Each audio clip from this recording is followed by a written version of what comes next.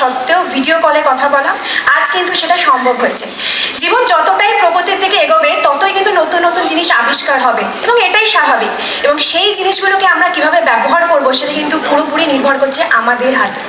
আজকে আমি একজন কন্টেন্ট ক্রিয়েটার এবং 1 লক্ষ মানুষ কিন্তু আমার সাথে কানেক্টেড আছে থ্রু সোশ্যাল মিডিয়া।